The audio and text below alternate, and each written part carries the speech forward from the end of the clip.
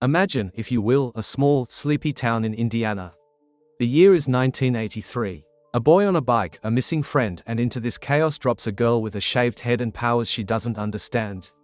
This is the story of Stranger Things, a tale of monsters, mysteries, and friendship.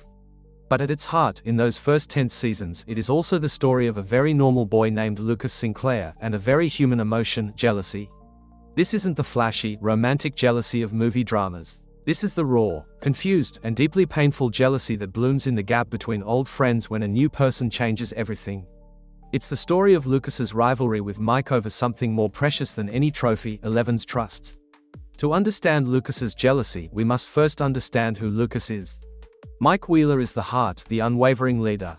Dustin Henderson is the charming, scientific glue. But Lucas is the cautious, pragmatic eyes of the party.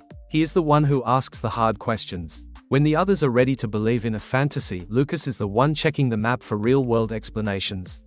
His loyalty is fierce, but it is earned through logic and proof. He isn't a skeptic to be difficult, he is a protector.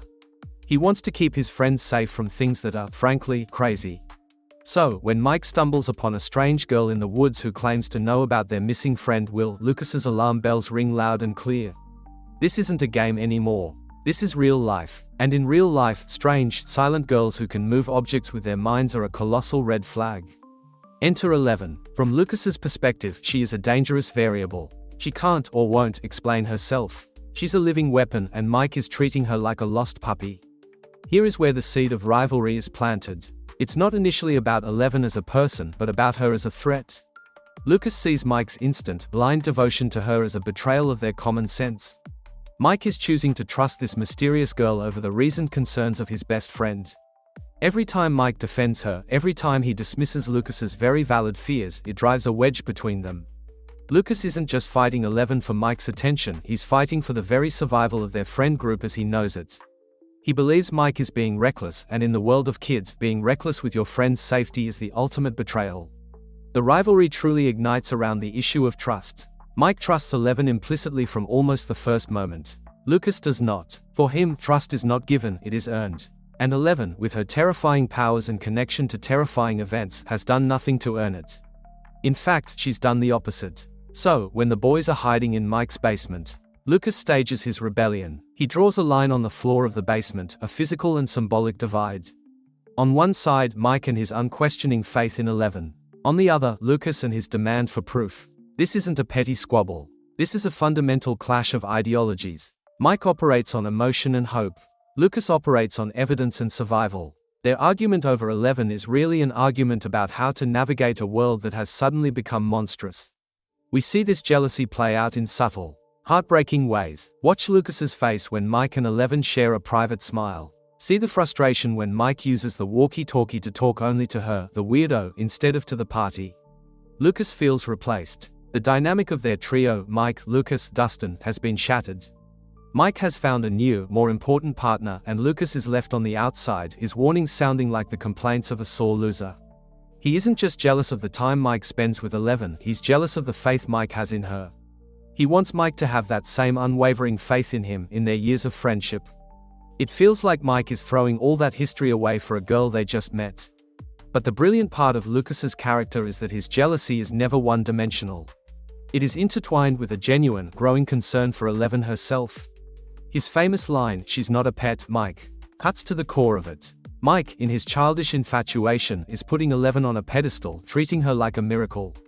Lucas, in his stubborn jealousy, is the only one treating her like a person, a scared, powerful, and potentially dangerous person, but a person nonetheless. He demands answers from her because he believes she owes them that.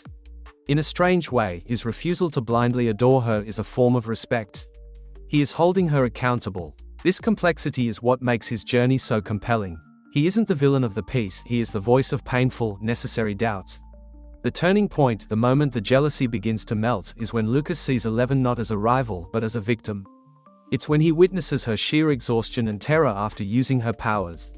It's when he realizes that the monster he feared is also a terrified child, bleeding from her nose, hunted by the same real monsters they all fear. His jealousy towards her transforms into empathy.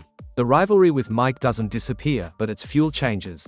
It's no longer about winning against 11 for Mike's loyalty. It becomes about proving to Mike that his way, the cautious, strategic way, is also valid and necessary for keeping Eleven safe. This evolution culminates in one of the most powerful scenes of the first season. Trapped in the school hallway with the Demogorgon, Lucas doesn't hesitate. He loads his wrist rocket, the same weapon he once considered using against Eleven, and fires. He saves her. In that moment, he isn't Mike's rival. He is her protector. He has earned her trust not through blind devotion, but through courageous action. And in saving her, he also saves his friendship with Mike. He proves that his caution wasn't disloyalty, it was a different kind of love for the party. A love that questions, that prepares, that fights. By the second season, the dynamic has settled, but the echoes of that rivalry remain. Lucas is the first to fully welcome Max into the group, understanding what it's like to be the new person, the outsider trying to earn trust. He has learned from his experience with Eleven. He also becomes Eleven's most pragmatic teacher about the normal world, showing her around the mall. The jealousy is gone, replaced by a deep, brotherly bond forged in fire. In the end, Lucas Sinclair's story with Mike and Eleven is a masterclass in writing realistic human conflict. His jealousy was never about romance. It was about the fear of being left behind. It was about the terror of watching your best friend chase a mystery that could get him killed. It was about the desperate need to be heard and valued in a friendship that felt like it was slipping away. Lucas's journey from rival to protector shows us that jealousy, at its root, is often about love and fear. Love for a friend you're scared of losing, and fear of being replaced in their heart. He taught us that trust isn't a gift given freely in a moment, it's a bridge built brick by brick through shared danger and proven loyalty. And in the monster-filled world of Hawkins, that kind of earned trust, born from conflict and resolved in courage, is the most powerful weapon of all.